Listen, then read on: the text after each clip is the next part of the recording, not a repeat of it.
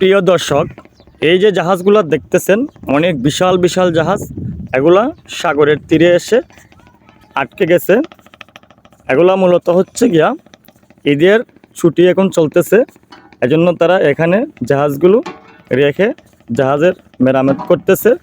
এটা হচ্ছে গিয়া MV আকিজ লজিস্টিক 7 M13797। দেখেন কত বিশাল বড় জাহাজ। এগুলা মূলত মাল টানে বিভিন্ন দেশে। আমাদের যে তেল, এরপরে বিভিন্ন ধরনের সামগ্রী, চিনি, চাল, ডাল, গম, ভুট্টা, এগুলা নিয়ে মূলত তারা মাস সাগরের মধ্যে থাকে। তারপরে তারা বিভিন্ন দেশে রপ্তানি করে থাকে। এই জাহাজগুলো দেখেন কত বিশাল বিশাল জাহাজ।